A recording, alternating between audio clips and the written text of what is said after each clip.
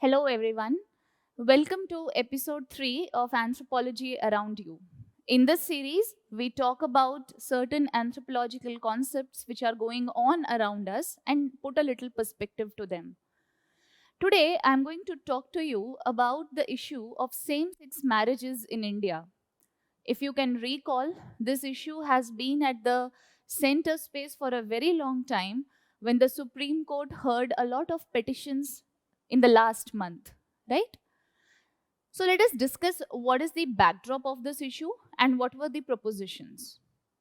If we look at the perspectives in ancient history about the idea of same sex marriages, there are various temple carvings, there are various temple sculptures which support that the idea of the same sex marriages was probably not as opposed in prehistoric times in India as it is opposed today. There's a lot of importance which is given around the concept of calm in the ancient Hindu philosophy, which is also considered to be one of the purusharthas and is necessary to continue the cycle of life. Apart from that, the constitution of the country guarantees fundamental rights. Article 14, equality. Article 19, 21, which fundamentally provides the idea that every citizen has a right to live their life according to these paradigms. If I talk about the Supreme Court judgments here, in the Nalsa judgment, the Supreme Court has also categorically made its claim clear that every individual in the country is free to choose their own partner. Eventually, the Supreme Court also went on to decriminalize Article 377, Section 377 of the CRPC Act, so which decriminalized homosexuality. So this is the backdrop of the issue, that the Constitution has given each one of us a bundle of rights which need to be protected. The Supreme Court in a judgment also said that the Article 21 also includes right to privacy, and right to privacy includes right to choose one's own partner or sexual orientation. The Transgender Protection Act of 2019 granted protection to transgender populations. And in fact, the center and the state governments were also directed to have an option of other gender in all the public forms which are being filled out there. So now you see that you will have 3 sections: male, female, and transgender. So all of this has already been mandated in the country till now. So what is the issue now? Let's talk about the parameters covered in the issue here. The pros are the litigators who argue for legalization of same-sex marriages. The points which they have highlighted is that marriage is an almost universal social institution which provides a sense of dignity to an individual in the society.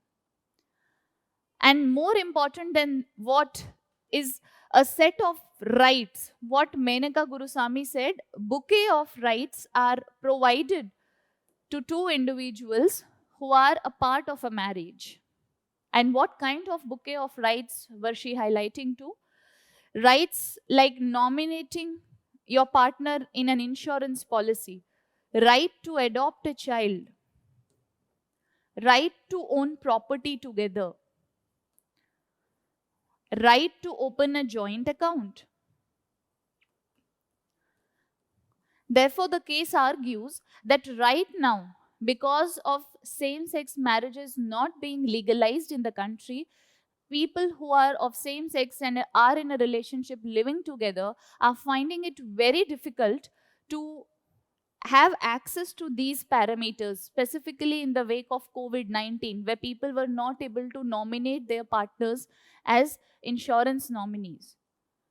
So that is the case here, that when Supreme Court has already decriminalized homosexuality and therefore has given a green signal for same-sex relationships, why not legalize this in the form of marriage? This is the issue. The government, on the other hand, says that this particular view is an urban elitist view.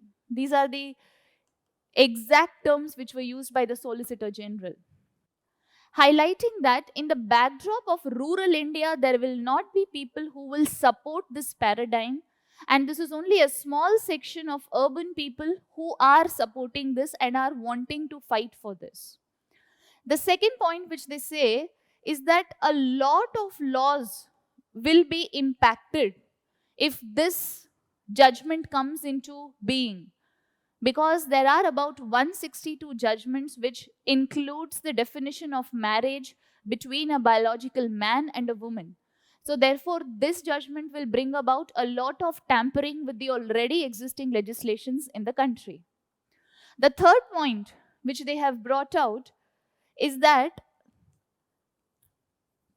the Supreme Court should not override the jurisdiction of Parliament, because lawmaking or legislations is the sphere of Parliament, and let the Parliament attach its due course. So therefore, these are the arguments which were given by both the sides.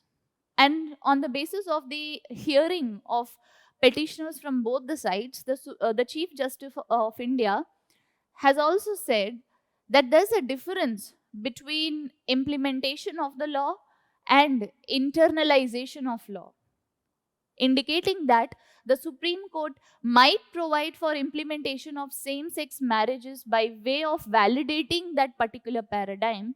But however, if the Indian society is not yet ready to accept that in the social fabric, it will not be a justice to that particular paradigm.